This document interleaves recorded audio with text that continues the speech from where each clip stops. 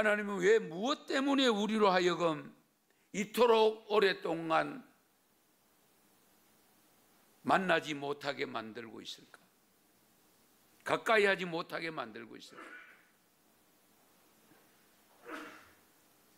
저는 가끔 하나님 앞에 기도드리면서 이 내용을 여쭙습니다. 가까이 하지 말아야 될 것에는 더 가까이 다가가려고 하면서도 진정 가까이 해야 할 하나님과는 점점 멀어져가는, 주님과는 거리가 멀어져 가기 때문에 이것을 좀 역전시켜 보려고 우리 하나님께서 전염병을 주셨는데 오히려 더 멀어지고 있는 부분은 없습니까?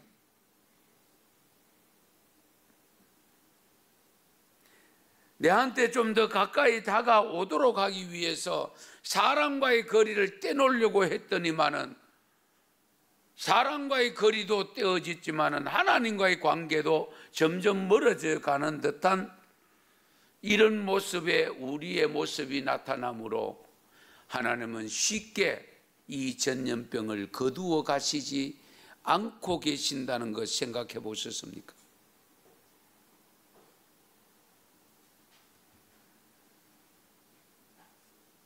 여러분, 가까이 하지 말아야 할 것에는 가까이 다가가려고 하면서도 정말 가까이 해야 할 주님과는 멀어져가는 이런 안타까운 현실이 있다면 오늘 말씀을 통해서 새롭게 깨닫고 정말 멀리 있을수록 좋은 것은 과감하게 던져버리시고 가까이 있을수록 좋은 것은 가까이 다가가서 밀접한 관계, 뗄래야 뗄 수 없는 관계 될 수 있기를 축원합니다. 그러면 멀리 할수록 좋은 것, 가까이 하지 말아야 할 것이 구체적으로 무엇일까? 죄를 짓게 하는 요인들입니다. 가까이 해놓고 죄 짓지 않으려고 하면 어렵습니다.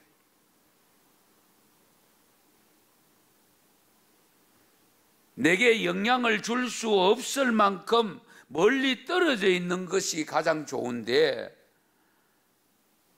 가까이 가서 있으면서 죄 지지 않고 지내려고 하면 얼마나 어렵습니까? 가장 비근한 예로 쉽게 설명드리면 술자리에 가서 술 안 마시고 앉아 있다. 전부 담배 피우는 사람이 있는 곳에 가서 담배 피우지 않고 있는 것, 그게 얼마나 힘듭니까? 생각해 보세요.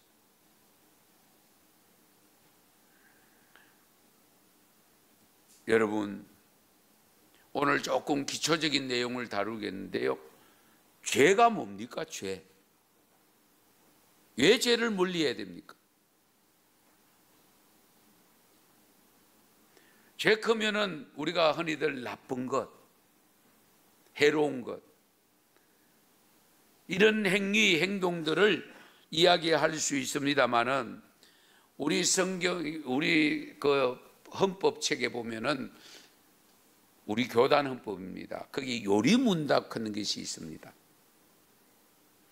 그 요리문답에 보면은 14번에 죄가 무엇입니까? 라고 묻고 있고 거기에 대한 해답이 어떤 답이냐면은 죄는 하나님의 법을 순종함에 부족한 것이나 그것을 범하는 것입니다. 이렇게 되어 있습니다. 죄는 하나님의 법을 순종함에 완전히 순종하지 못하는 것은 말할 것도 없고 그 순종 100% 해야 되는데 10%를 못하고 있으면 그 못하는 것까지도 죄가 된다는 겁니다.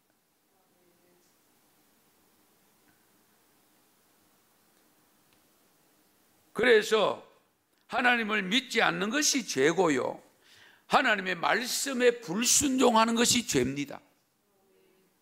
여러분, 큰 죄 작은 죄 자꾸 따지지 마세요. 그거는 우리 인간 사회에서 따지는 것이고 하나님 앞에서는 큰 죄, 작은 죄를 따지지 않습니다. 다만 우리가 구분하는 것은 원죄와 자범죄입니다. 원죄가 있고 자범죄가 있을 뿐이지 큰 죄가 있고 적은 죄가 있고 그렇지 않습니다.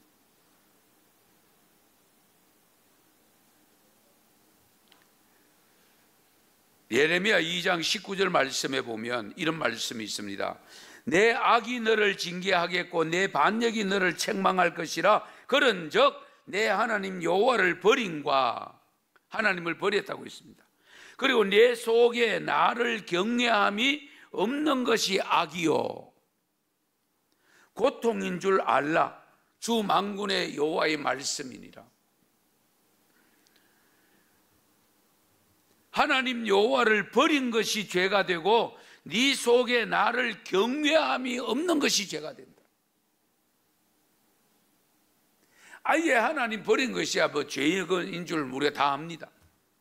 그러나 하나님을 믿는다고 하면서도 진정한 경외함이 없는 것도 죄라는 겁니다. 그런데 그 죄로 인해서 고통인 줄 알아라.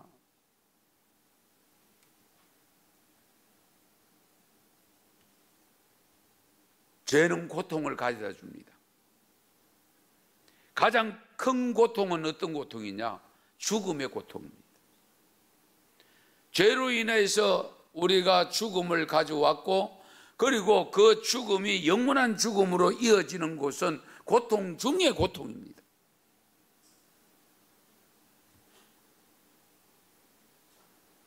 그러므로 우리가 죄 짓지 않고 살 수는 없지만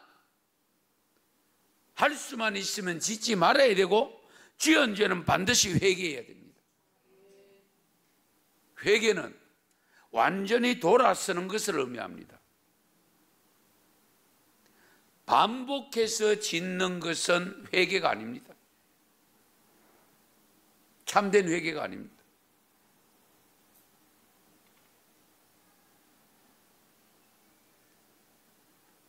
우리가 지은 죄를 회개하면 용서받고 우리가 용서받으면 구원받잖아요. 그래서 죄는 철저하게 멀리 두어야 되고 안 보이는 것이 가장 좋습니다.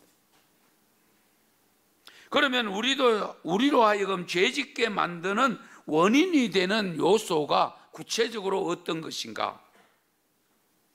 하나님이 계셔야 될 자리에 하나님이 안 보이고 보이기는 보이더라도 다른 것이 부각되어 있으면 그것은 죄입니다.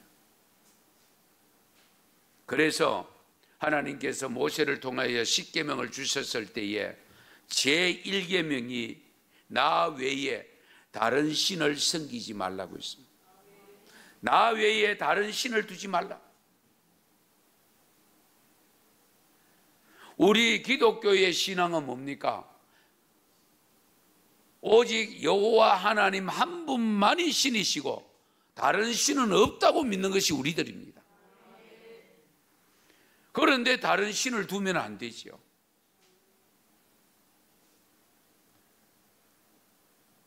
그래서 십계명 중에 제2계명에서는 우상을 만들지 말고 위로 하늘에 있는 것이나 아래로 땅에 있는 것이나 땅속 물속에 있는 것까지도 어떤 형상도 만들지 말고 그것들에게 절하지 말며 그것들을 섬기지 말라라고 말씀합니다. 그래서 요한일서 5장 21절에 보면 자녀들아 너희 자신을 지켜 우상에서 멀리해라. 우상을 멀리해. 생각조차 하지 말아야 됩니다.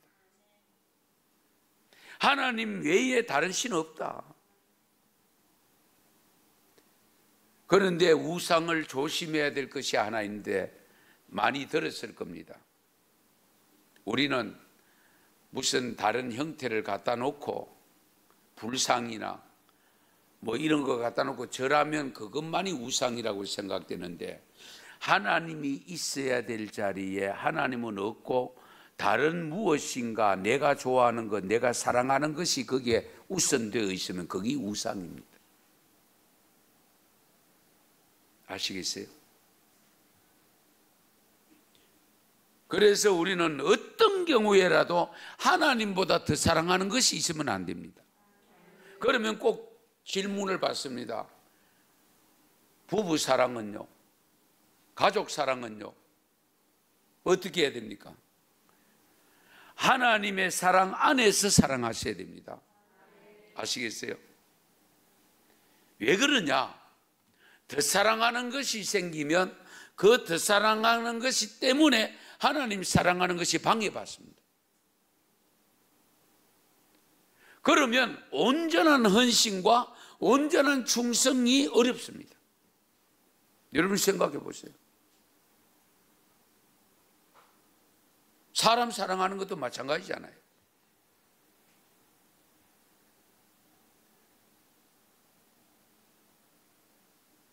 그리고 우리를 죄로 이끄는 도구 중에 또 중요한 것이 있습니다. 그것이 뭐냐? 돈입니다. 재물입니다. 그 내용이 오늘 디모데전서 6장에 기록되어 있습니다. 디모데전서 6장 7절 이하의 말씀인데요, 그 중에서 10절에 보면 돈을 사랑함이 일만하게 뿌리가 되나니 이것을 탐내는 자들은 미혹을 받아 믿음에서 떠나 많은 근심으로 자기를 찔렀도다. 여기 돈을 가지지 말라고 말씀하지 않았습니다. 돈이 필요 없다고 말씀하지 않았습니다. 다만 돈을 어떻게 하라고요? 사랑하지 말라. 그러면 우리가 솔직히 세상 속에 태어나서 사는 과정 속에 돈에서 자유로울 사람은 아무도 없습니다. 어떤 누구도 없습니다. 예수님도 돈 쓰고 다녔는데요. 그래서 유다를 회개에 맡겨놨잖아요. 그러나 돈을 사랑하면 안 된다. 그럼 사랑하는 것이 뭐냐? 어떻게 하는 것이 사랑이냐? 돈을 가장 우선시 여기는 것이 사랑입니다. 그런데 돈을 사랑하면 일만악의 뿌리가 된다고 했어요. 일만악이 뭡니까? 모든 악의 뿌리가 된다는 겁니다. 죄의 근원이 된다는 겁니다. 그래서 우리의 사건 사고가 많이 발생합니다마는 그 사건 사고를 조사해서 들어가 보면 결국은 돈 때문에 살인을 하고 돈 때문에 해치고 돈 때문에 하는 일들이 얼마나 많은지 모릅니다. 돈이 필요하기는 한데 정말 우리에게 중요한 역할을 하기도 하지만은 잘못 사용하면, 돈을 사랑하면 일만하게 뿌리가 된다는 것, 이 점을 우리가 늘 염두에 두셔야 됩니다.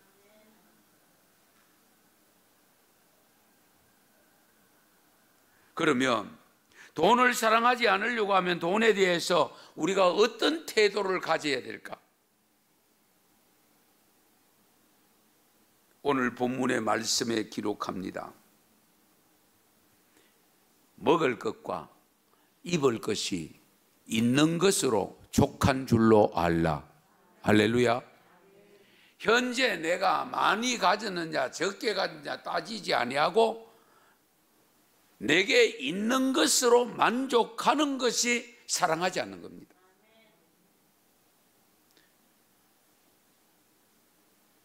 여러분,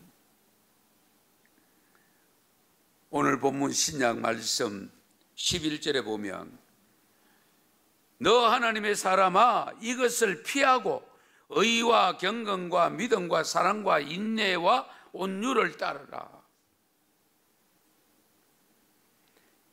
돈을 사랑하는 거 피해라. 그건 일만학을 가져오는 것이다. 그러므로 너희들은 의와 경건과 믿음과 사랑과 인내와 온유를 따라가라.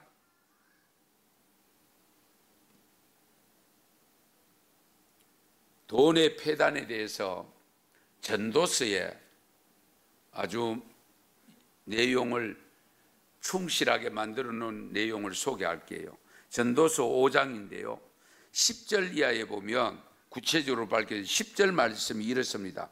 은을 사랑하는 자는 은으로 만족하지 못하고 풍요를 사랑하는 자는 소득으로 만족하지 아니하나니 이것도 헛되도다. 우리가 살아보지만 사람이 만족하는 것이 어렵습니다. 그러니까 소득으로 만족할 것 같은데 만족하지 않더라는 겁니다. 우리가 그걸 충분히 경험할 수 있잖아요. 나는 요거만큼만 있으면 좋겠다 했는데 그만큼 있으면 어떻게 해요? 또 더 높이 또 목표가 또 정해집니다. 이 사람의 욕심입니다. 그래서 있는 것을 족한 줄로 아는 것이 가장 중요합니다. 오늘 본문 13절 보시면 내가 해 아래서 큰 폐단되는 일이 있는 것을 보았나니 이 전도서 5장입니다 13절에 소유주가 재물을 자기에게 해가 되도록 소유하는 것이라. 내가 살아보면서 큰 폐단이 발견되는데 그 폐단이 어떤 폐단이냐? 재물을 자기에게 해가 되도록 소유하는 것. 너무 많이 소유해서 그것이 인생을 망치고 있다는 겁니다.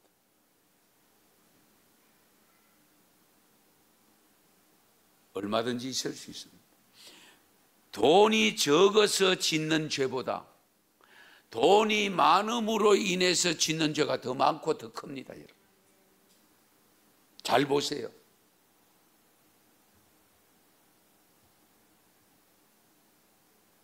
돈이 적은 사람은 좀도둑입니다. 그렇죠?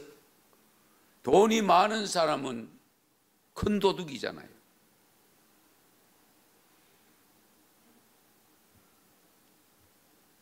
인생에 해를 가져오는 경우가 분명히 있는데요.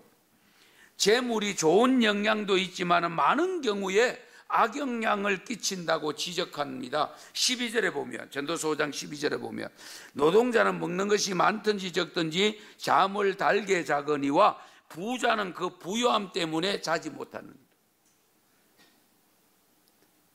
우리 어른들이 이미 다 경험하고 만들어 놓은 말이 천석구는 천가지 걱정, 만석구는 만가지 걱정. 그렇습니다. 많으면 걱정 없을 것 같죠? 그거 지킨다고 걱정이 더 크다니까요. 없을 때는 대문 열어놓고 살았어. 있으면 대문만 닫습니까? 위에 철조망까지 쳐야 되는데. 그래서 14절 말씀에도 보면 그 재물이 재난을 당할 때 없어지지나니 비록 아들을 낳았으나 그 손에 아무것도 없느니라. 재물이 많이 자아났는데 아들 태어났을 때 주려고 보니까 줄 게 없더라는 거예요. 그래서 또 생긴 말이 있습니다. 3대 부자가 없다. 여러분, 이런 교훈의 말들을 잘 새겨들어야 됩니다. 있다가도 없고 없다가도 있는 것이 재물이잖아요. 있을 때 만족하고 없을 때 만족할 수 있는 마음이 중요합니다. 아시겠어요? 예. 그래서 15절에 보면 그가 수고하여 얻은 것을 아무것도 자기 손에 가지고 가지 못한다. 이것을 공수거 공수래라고 표현합니다. 빈손으로 왔다가 빈손으로 가는 거, 그거는 우리가 너무도 자명한 사실이잖아요.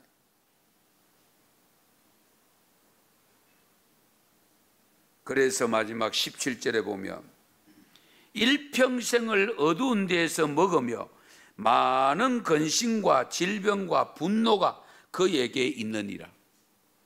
돈이 많으면 분노가 심하대요. 마음이 더 넉넉하고 좋아야 될 텐데. 예. 성도 여러분, 돈 때문에 결정적인 실수를 한 대표적인 사람 하면 여러분 어떤 사람을 꼽을까요? 저는 가룟 유다입니다. 예수님의 제자로 부름받은 것은 엄청난 복이잖아요. 은혜잖아요. 거기다가 12명의 13명의 공동체의 재정을 맡았다. 예수님의 신뢰를 받은 거잖아요. 그런데도 불구하고 은삼십에 예수님을 팔아넘겼다. 그리고 스스로 목숨을 끊었다. 이해가 됩니까? 한번 잘 생각해 보세요. 일만하게 뿌리가 된다고 한 그 말씀이 그냥 주어진 말씀이 아닙니다. 결국 돈 때문에.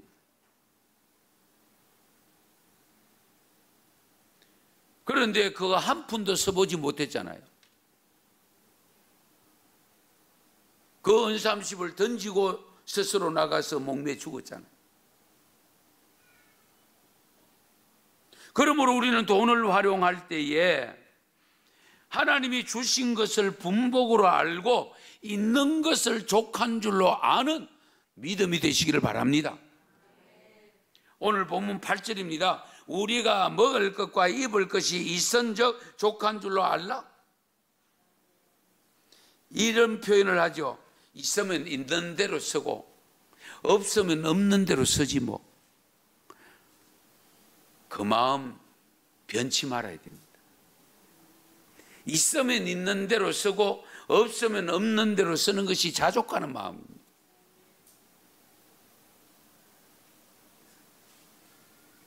돈을 사랑하다가 돈의 노예가 되어 돈에 묻혀 죽는 일은 없어야 되지 않겠습니까?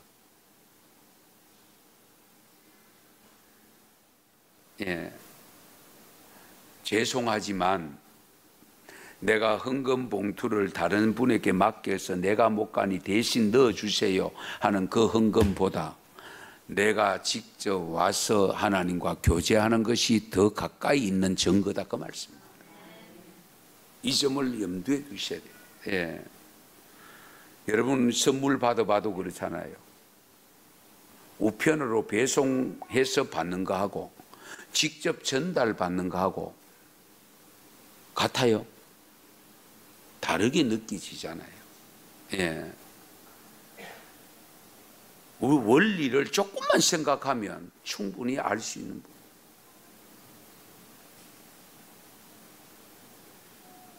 사랑하는 성도 여러분, 레위기 10장 3절에 보면 나는 나를 가까이 하는 자 중에서 내 거룩함을 나타내겠고 온 백성 앞에서 내 영광을 나타내리라 하셨느니라.